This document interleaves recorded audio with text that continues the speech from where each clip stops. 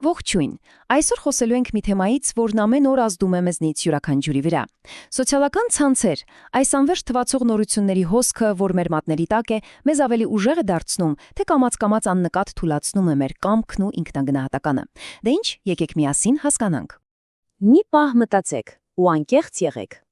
Օրը քանի անգամ եք բացում Facebook-ը, Instagram-ը կամ TikTok-ը։ 5 անգամ, 15, գուցե 50։ Շատ հաճախ մենք դա անում ենք ուղղակի սովորության ուժով, մեխանիկորեն, առանց նույնիսկ գիտակցելու։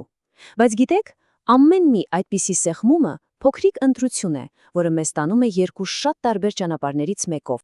Լավ, եկեք սկսենք առաջին ճանապարհից։ Ամենատարածվածից։ Սա, այսպես ասած, համեմատության ծուղակն է։ Մի անտեսանելի մեխանիզմ, որը կարող է մեզ ներքաշել բացասական էմոցիաների մի այնպիսի շրջանի մեջ, որտեղից դուրս գալը շատ դժվար է լինում։ Բացում եք հավելվածը, որ ինչ եք տեսնում։ Իդեալական արձակուրդներ, անթերի մարմիններ, փայլուն կարիերաներ, երջանիկ ընտանիքներ։ Կարծես բոլորի կյանքը մի լավ մոնտաժված ֆիլմ լինի, որտեղ միայն ամենահաջողված կադրերն են թողել։ Իրականում դուք տեսնում եք ուրիշների կյանքի լավագույն պահերի հավաքածուն։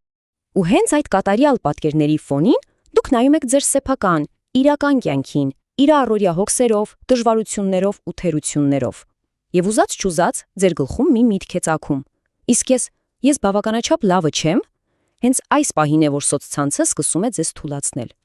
Ու սա միայն զգացմունքների մասին չի։ Դուք սկսում եք կորցնել ձեր ամենաթանկ ռեսուրսները, ձեր ժամանակը, ուշադրությունը եւ կենտրոնացումը։ Այն թանկ ժամանակը, որը կարող եք տրամադրել ինքնազարգացմանը, ընտանիքին կամ հանգստին, ուղղակի գոլորշիանում է, անվերջ սկրոլ անելու ընթացքում։ Բայց այս պատմությունը միայն սև ու սպիտակ չէ։ Առաջին հայացքից թվում է, թե սոցցանցերը միանշանակ վատ բան են։ Սակայն եկեք մի պահ կանգ առնանք ու հարցին նայենք մեկ այլ տեսանկյունից։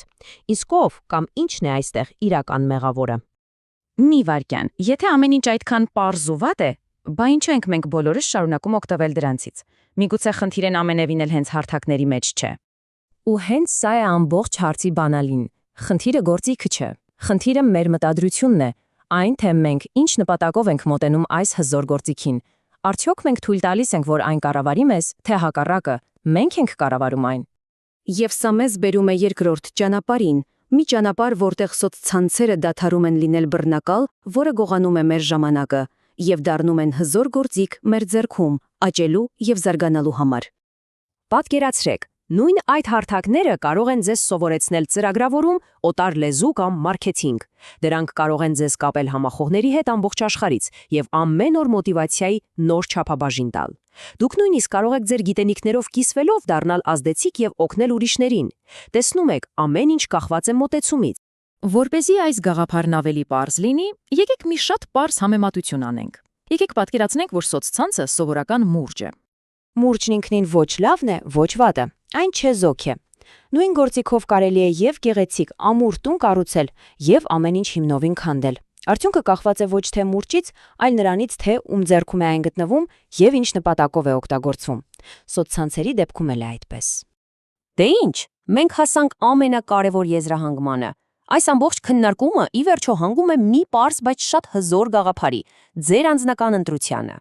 Եկեք սա միանգամից ֆիքսենք։ Հարթակներն ինքնին չեզոք են։ Դրանք ուղղակի ալգորիթմներ են ու կոդի տողեր։ Դրանք ձեզ թուլացնելու կամ ուժեղացնելու մտադրություն չունեն։ Նրանք պարզապես արձագանքում են ձեր վարքագծին ու ցույց տալիս այն, ինչ դուք եք ուզում տեսնել։ Իրական ուժը ձեր ձեռքում է։ Դուք եք որոշում, թե ում եք հետևելու, ինչպիսի բովանդակություն եք սպառելու եւ որ ամենակարևորն է, ինչ եք ստեղծելու։ Դուք եք ընտրում թույլ տալ, որ այն ձեզ ղեկավարի ու թուլացնի, թե օգտագործել այն որպես գործիք ավելի ուժեղ դառնալու համար։